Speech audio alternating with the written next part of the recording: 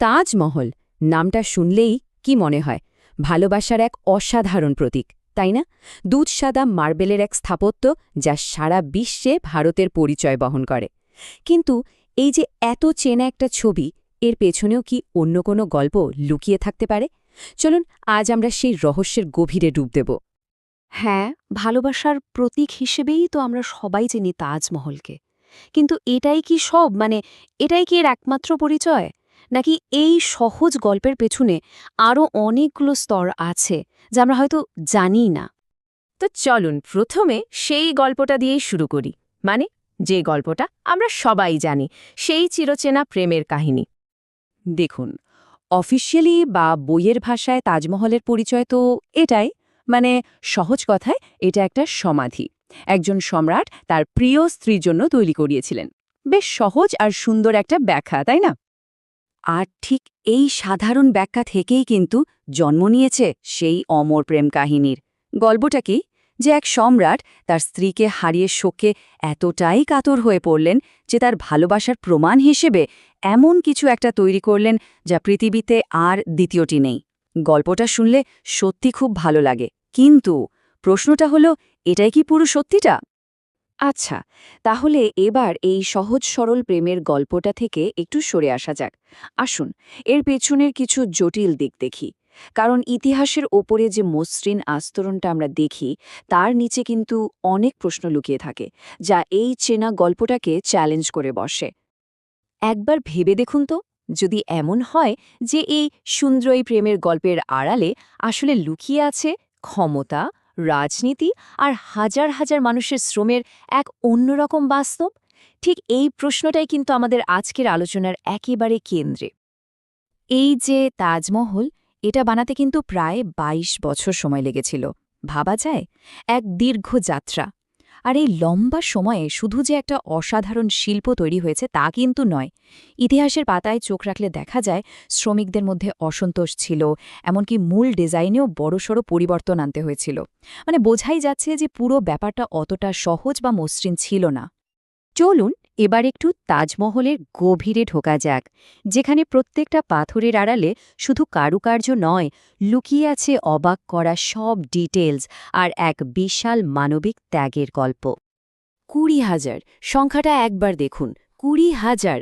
ধারণা করা হয় প্রায় এতজন কারিগর আর শ্রমিক মিলে এই অবিশ্বাস্য স্থাপত্যটা তৈরি করেছিলেন।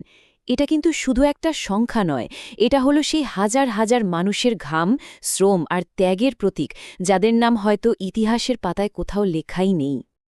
আর খরচের কথা যদি বলি, তাজমহল বানাতে যে কি বিপুল পরিমাণ অর্থ লেগেছিল তার কোনো ইয়ত্তা নেই। এটা ছিল সেই সময়ের মুঘল সাম্রাজ্যের শক্তি আর ঐশ্বর্যের একটা বিরাট প্রদর্শনী।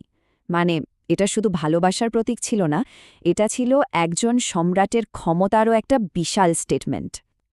আর এর শিল্পকর্ম, ওহ, সেটা তো এক কথায় অবিশ্বাস্য। ওই যে মার্বেলের ওপর দামি পাথর বসিয়ে কাজ করা হয়, যেটাকে বলে পিয়েট্রা ডিউরা, সেই কাজ এতটাই নিখুঁত যে আজও দেখলে অবাক হয়ে যেতে হয়। এটা আসলে সেই নাম না জানা ২০,০০০ কারিগরের দক্ষতার এক চূড়ান্ত প্রমাণ। জানেন, তাজমহল কিন্তু শুধু দেখতেই সুন্দর নয়, এর ইঞ্জিনিয়ারিংও ছিল অসাধারণ। যেমন ধরুন এর ৪টে মিনার, ওগুলো কিন্তু একদম সোজা নয়, সামান্য বাইরের দিকে হেলানো। কেন? যাতে কোনোদিন ভূমিকম্প হলে মিনারগুলো মূল সৌধের ওপর না পড়ে বাইরের দিকে পড়ে। ভাবুন তো একবার, সেই সময়ে দাঁড়িয়ে কতটা দূরদর্শী চিন্তা। তো এত বড় আর এমন অবাক করা একটা স্থাপত্যকে ঘিরে তো যুগে যুগে অনেক গল্প তৈরি হবেই, তাই না? চলুন এবার সেরকমই কিছু খুব চালু মিথ আর তার পেছনের আসল সত্যিটা কি সেটা একটু আলাদা করে দেখি। সবচেয়ে জনপ্রিয় যে গল্পটা শোনা যায় সেটা হলো কালো তাজমহলের গল্প। অনেকেই হয়তো শুনেছেন।